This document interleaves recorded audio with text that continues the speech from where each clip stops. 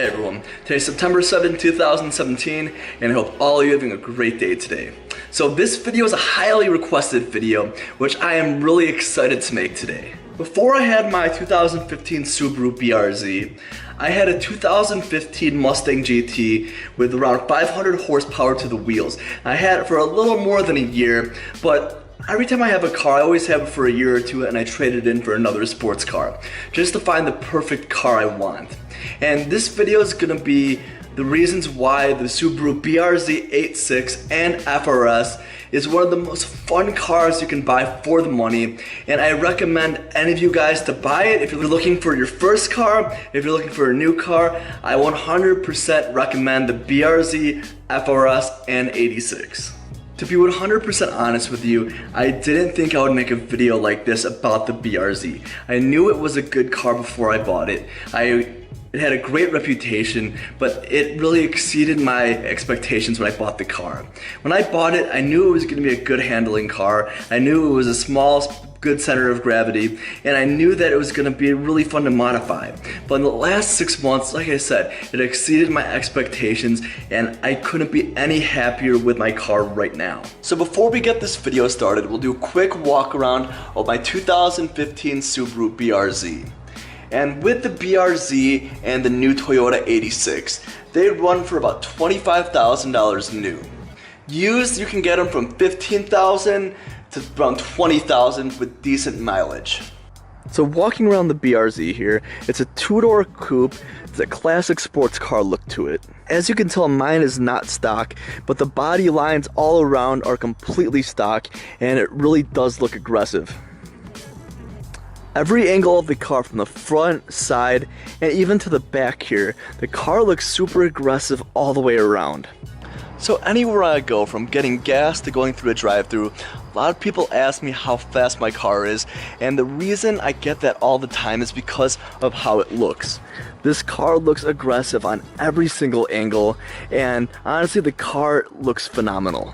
So to be honest with you guys, I didn't think I was going to make this video today, but out of all the cars I ever own, my Subaru BRZ is the most fun car I ever had, and it's one of the cars that I never want to give away. And a lot of you might be thinking, how is my Subaru BRZ more fun than my Mustang GT? There was a newer one, S550, with around 500 horsepower. And a lot of you might be thinking, this car doesn't have a lot of horsepower, it's not that much money, it's half the price of the Mustang, and how is it better? The 86 is one of those cars where you have to drive one to know exactly what people are talking about. Nowadays, a lot of people are looking at just numbers, horsepower and the torque, and 0 to 60 times. Just because a car is fast, 0 to 60, fast in a straight line, doesn't mean the car is fun all around. And obviously this is my opinion, and I'm just trying to help anyone that's looking for a car or that's considering getting a BRZ FRS or 86 to definitely get one. At least test drive it, look into it, because you will not regret it. So in a minute now, I'll go for a drive, I'll set up the GoPro, and I'll drive around and I'll talk about more things about the car. But I was one of those people that it was just numbers. I only cared about how fast the car was in a straight line, torque, and horsepower before I got this car. So every car I had before the BRZ, all my cars I bought, they got faster and faster as I kept buying them, until I got to that 500 horsepower mark, and it was a great car, don't get me wrong. The Mustang was a great car, my Honda Civic was a great car, my Lexus, I absolutely love this car also. The BRZ was a car that really opened my eyes to show me that horsepower and torque and just numbers on paper isn't everything. It's the driving experience altogether, and it's how much fun you have with the car and what you're doing with it. 86, BRZ, and FRS is one of those cars where it could be for anyone. It could be for someone that just got their first car. It can also be for someone who has been driving for a long time and they're looking for a sports car that's a lot of fun and they're looking for an awesome driving experience. The 86 is one of those cars where you can buy it bone stock from the factory and you'll be content driving it every single day. Personally, I like modifying my cars to make it my own, but I have friends in my 86 group that loved this car stock. They didn't modify it at all and they were happy with it. And it might seem like I'm overhyping this car right now, but to be honest, I'm not. I want to make this video to kind of open people's eyes to test drive this car, to drive one of these, to see exactly what I'm talking about. I was one of those people who only cared about those numbers, 0 to 60 times, that quarter mile time, everything. It's all I cared about was how much horsepower I had. And having that power in the past, switching over to this was a weird transition, going from a really, really fast car to a car that only had 180 to the wheels.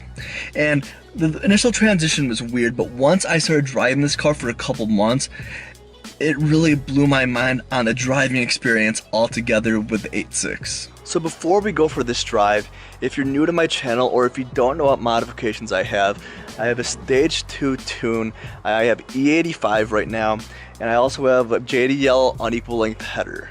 I also have a solid suspension setup.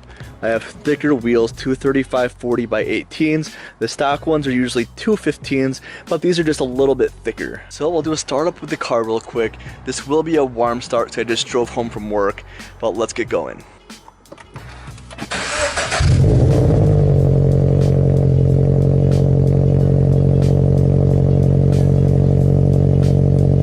So we'll go for a quick drive in my 2015 Subaru BRZ.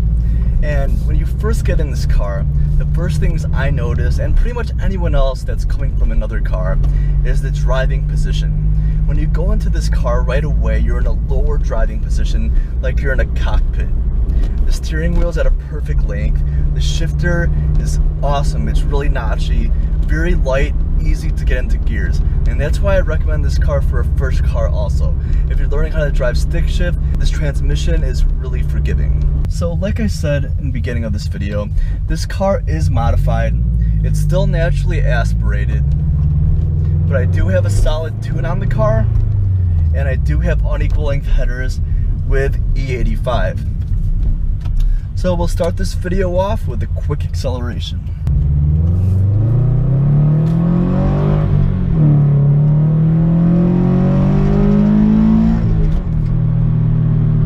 We'll start with the first thing that a lot of people notice that might deter them from buying the 8.6. And that thing is the horsepower and the torque. Yes, the numbers are very, very small. You have 200 horsepower around, a little less torque too. And with that, a lot of people look at that and they're like, wow, for this much money, I can get another car with this much horsepower. But I guarantee that car that's around the same amount of money as this, you will not have the same driving experience.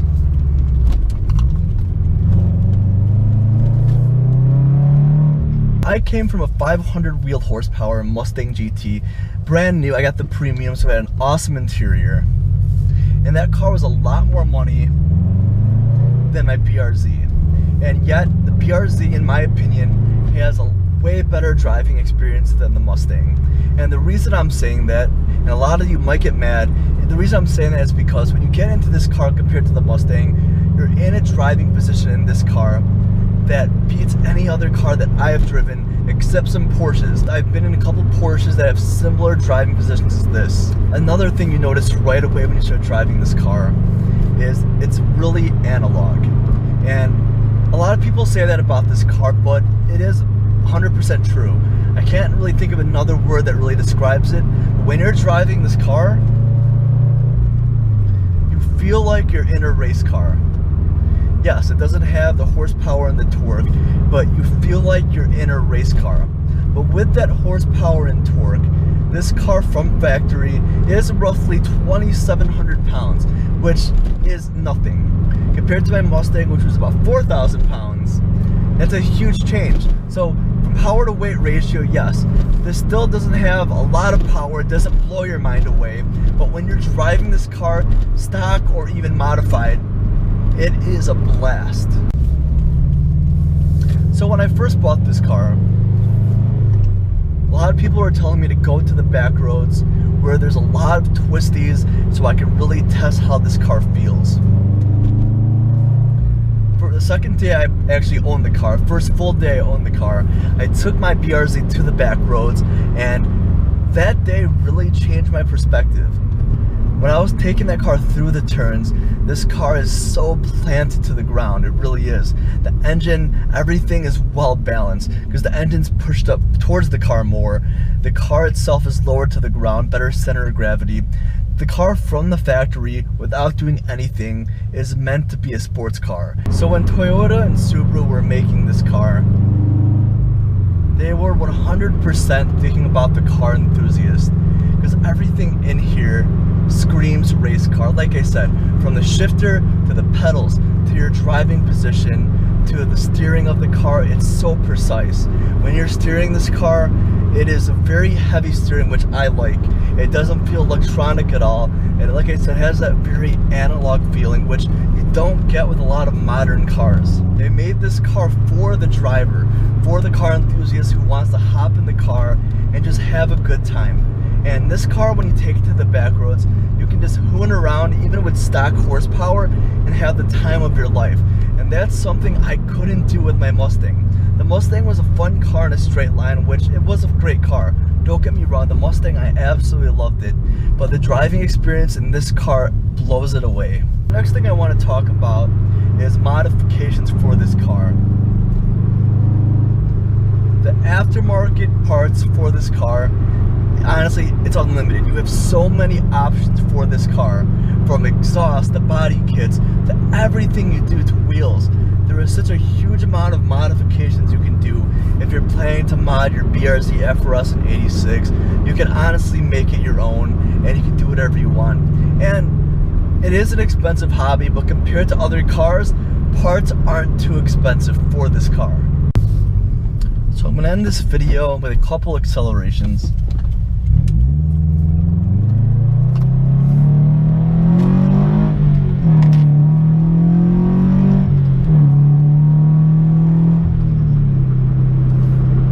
I'll be making a video tomorrow.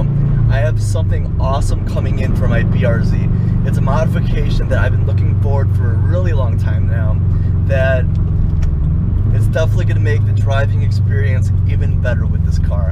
And it's going to make the car a lot more fun. So I hope you guys enjoyed this video today. I know this video is kind of different than my normal video, but I do have a modification coming in tomorrow, and I will be making a video about it. Please leave a comment down below if you like this style of video. Please leave a like and subscribe if you want to see more of my BRZ. I am documenting my build, all the modifications I'm getting for it, and my experience with my cars. Again, thank you for watching. Peace out, and I'll see you guys in the next video.